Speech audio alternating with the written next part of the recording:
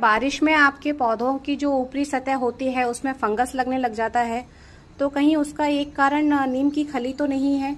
क्योंकि जब आप नीम की खली पौधों की ऊपरी सतह पर देते हैं तो बारिश के कांटेक्ट में आने के बाद ज़्यादा नमी होने की वजह से जो है हमारे पौधे हैं उनकी ऊपरी सतह पर जो है फंगस लगने लग जाता है। तो कभी भी बारिश के मौसम में एक तो आप नीम की खली मत दीजिए अपने पौधों को। अगर आप अपने पौधों को नीम की खली दे भी रहे हैं तो 2 इंच तक गुड़ाई करने के बाद में 2 इंच नीचे अपने पौधे में नीम की खली देंगे। ऊपरी सतह पर कभी भी नीम की खली नहीं देना है।